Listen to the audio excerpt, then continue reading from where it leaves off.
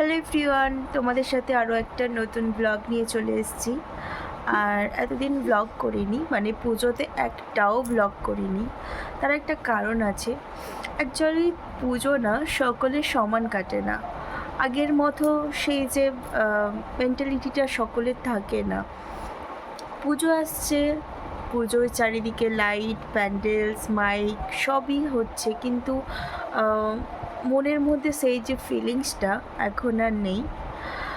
এই নয় যে আমি পুজোতে বেরোইনি, প্রত্যেকটা দিনই বেরিয়েছিলাম টুকটাক। মানে এবছর আর শহরে কোথাও ঠাকুর দেখতে যাইনি। এবছর প্রত্যেক দিনই মানে গ্রামের মধ্যেই ঠাকুর দেখেছি। আর আমার বিয়ের পর এটা প্রথম পুজো ছিল, কিন্তু আমি কোনো ব্লগ করতে পারিনি। ওই যে বললাম না, যত বড় হচ্ছি আমরা দিন দিন আমাদের মেন্টালিটি চেঞ্জ হয়ে যাচ্ছে। পূজার লাইট, প্যান্ডেলস, মাইক সবই আছে, বাট মনের মধ্যে সেই ফিলিংসটা নেই। অনেক দিন হয়ে গিয়েছে আর সোশ্যাল মিডিয়াতে সেইভাবে আসা হয়নি, তো ভাবলাম চলো আজ একটা ছোট্ট করে ব্লগ বানানো যাক। এখন বাজে দুপুর 2টোর মতো। আমি স্নান করে রেডি হয়ে নিয়েছি, আর আমার হাজব্যান্ডের এখন মর্নিং ডিউটি চলছে, তো ও ফিরবে ওই 2টোর পরে। এখনও ফেরেনি। তো চলো তারপর লাঞ্চ করে দেন বিকেলে একটা জিনিস করব। কি করব সেটা তোমাদেরকে দেখাবো। পুরো ঘুম থেকে উঠতে না প্রায় সন্ধ্যা হয়ে গিয়েছিল, আর উঠেই দেখছি যে আমার শ্বশুরমশাই এখানে মোচা কাটছিল।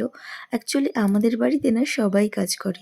আমার হাজব্যান্ড আর শ্বশুরমশাই দুজনেই রান্নাবান্না সমস্ত কিছুই পারে। আজকে সন্ধ্যাবেলার মেনু হচ্ছে মোচার ঘন্ট আর পরোটা। এদিকে মোচাটাকে মানে জলে সিদ্ধ করতে বসিয়ে দেওয়া হয়েছে, আর আমার শাশুড়ি মা ওদিকে পরোটার জোগাড় করছে। এই যে এখানে মোচা, আলু, ছোলা সব একসাথে সিদ্ধ করতে বসিয়ে দেওয়া হয়েছে, আর এর মধ্যে একটু সামান্য হলুদ আর নুন দিয়ে সিদ্ধ করতে বসিয়ে দেওয়া হয়েছে। তো মোচাটা মোটামুটি সিদ্ধ হয়ে যাওয়ার পর জল ঝরাতে দিয়ে দিলাম, আর এদিকে কড়াইয়ের মধ্যে সামান্য একটু তেল দিয়ে দিলাম পরিমাণ মতো। সামান্য না, যতটা লাগবে ততটাই দিতে হবে। তারপর হচ্ছে গোটা গরম মশলা, একটু তেজপাতা, একটু শুকনো লঙ্কা, একটু এলাচ, দারচিনি, গোটা গরম মশলা আর সামান্য একটু হিং দিয়ে দিলাম। এরপর কুচি করে রাখা পেঁয়াজ আর রসুনটা দিয়ে লাল লাল করে একটু ভেজে নেব। পেঁয়াজটা যখন হালকা ভাজা হয়ে যাবে, লাল লাল মতো হয়ে যাবে, তখন আদার পেস্টটা দিয়ে একটু ভালো করে কষিয়ে নেব। এরপর এর মধ্যে সামান্য একটু হলুদ গুঁড়ো, পরিমাণ মতো লঙ্কা গুঁড়ো দিয়ে ভালো করে আরও একবার কষিয়ে নেব। দেন কড়াইয়ের মধ্যে সিদ্ধ করে রাখা মোচাটা আবার দিয়ে এবার কষানো যে মশলাটা ছিল সেটা দিয়ে খুব ভালো করে নাড়াচাড়া করে নিতে হবে। আরও একটু ভালো মতো কষিয়ে নেওয়ার পর উপর থেকে সামান্য একটু নুন, মানে পরিমাণ মতো, আর পরিমাণ মতো একটু ঘি ছড়িয়ে দিতে হবে। সেটা দেওয়ার পর আরও একটু ভালো করে নাড়াচাড়া করে নিতে হবে। ব্যাস, তাহলেই রেডি হয়ে গেল আমাদের মোচার ঘন্ট।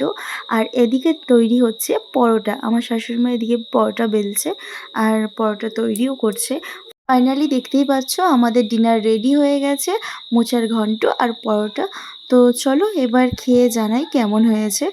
আর সত্যি পরোটাটা না আমার শাশুড়ি মা ভীষণ সুন্দর বানায়, ভীষণ নরম তুলতুলে। চলো আজকের মতো ভিডিও এই পর্যন্ত, দেখা হচ্ছে নেক্সট ব্লগে।